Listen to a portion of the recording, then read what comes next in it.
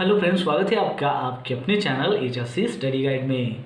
आज इस वीडियो में हम बात करने वाले हैं कि फायर एक्सटिंग्विशर के ऊपर जो है आपने क्लास डी जो लेबल होता है वो क्यों नहीं होता है उसके बारे में। तो चलिए फिर वीडियो को स्टार्ट करते हैं।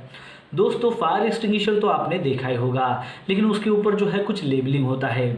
जैसे कि फायर एक्सटिंग्विशर के ऊपर जो है क्लास ए, क्लास बी और क्लास सी जो है ऐसा लिखा हुआ रहता है, लेकिन उसके ऊपर जो है आपने देखा होगा कि क्लास डी जो होता है वो वहाँ पर नहीं लिखा होता है। अब इसके पीछे क्या रीज़न है वो आपको समझना चाहिए। इसको जानने से पहले जो है हमें यह समझना ज़रूरी है कि क्लास डी जो फायर एक्सटिंग्विशर होता है उसका क्या मतलब होता है, उसको हम कहाँ पर इस्तेमाल करते हैं। अब क्लास डी वाला जो फायर एक्सटिंग्विशर होता है उसको जो है हमें क्लास डी वाली जो फायर होती है उसको बुझाने के लिए करना होता है।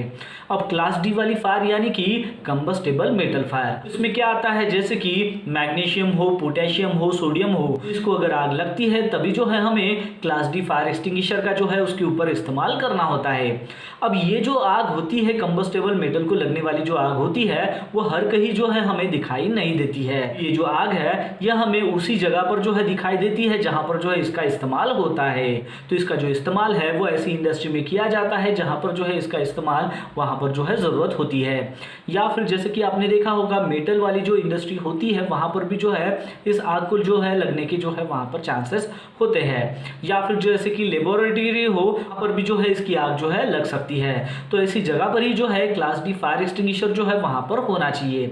तो जैसे कि जनरल तौर पर हम जो देखते हैं कि क्लास ए, क्लास बी और क्लास सी जो लेबल होता है फायर एक्सटिंग्विशर के ऊपर, तो इसका मतलब ये होता है कि क्लास ए यानी कि जनरल फायर यानी कि कंबस्टेबल वाली जो भी मटेरियल है उसको लगने वाली जो फायर है। अब ये जो कंबस्टेबल मटेरियल है वो हमें हर जगह दिखाई देता है। दूसरा आता है क्लास बी फायर, जो फायर एक्सटिंग्विशर के ऊपर जो है लेबल होता है क्लास बी। इसका मतलब ये होता है कि क्लास बी वाली जो फायर है उसके ऊपर जो है हम उसका इस्तेमाल कर सकते हैं। जैसे कि फ्लैमेबल लिक्विड हो या फिर फ्लैमेबल जो गैसेस आते हैं, क्लास सी फायर आती है, तो उसके ऊपर भी जो है आप इसका इस्तेमाल कर सकते हो। मेन बात आती है क्लास डी की, तो ये जो है ये आपको जो है हर जगह दिखाई नहीं देता है। ये जो है एक स्पेसिफिक जगह पर ही जो है ये आग लगती है। स्पेसिफिक जो इंडस्ट्री होती है जहां पर जो है इसका इस्तेमाल होता है, यानी कि मेटल का वगैरह जो है वहां पर इस्तेमाल होता है, तो वहां पर जो है ये आग लगने के चांसेस होते हैं। तो वहां पर क्लास डी फायर का जो है इस्तेमाल किया जाता है। उसके लिए जो है उनके जो है एक स्पेशल फायर एक्सटिंग्विशर्स आते हैं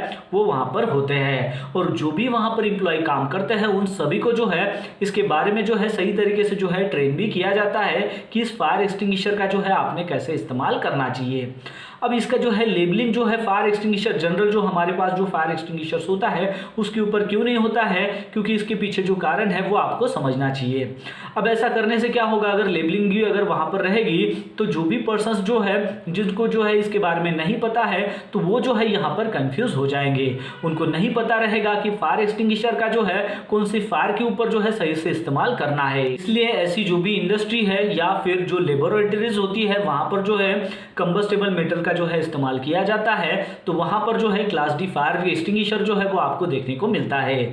लेकिन जनरल तौर पर जैसे कि हम जो है कंस्ट्रक्शन इंडस्ट्री में हो या फिर ऑयल एंड गैस हो या फिर जो है आप किसी बिल्डिंग कंस्ट्रक्शन में अगर काम करते हो, तो वहां पर जो है जो भी हम जनरल टाइप के जो फायर एक्सटिंग्विशर्स हमारे पास होते हैं तो उनके ऊपर जो है आपने खाली क्लास ए, क्लास बी और क्लास सी यानी कि ABC टाइप जो है फायर एक्सटिंग्विशर वही जो है लेबलिंग आपने उसके ऊपर देखा होगा। डी वाली जो क्लास डी वाली जो लेबलिंग है वो आपने नहीं देखा होगा। तो यही रीजन है इसके पीछे जो आपने समझना चाहिए।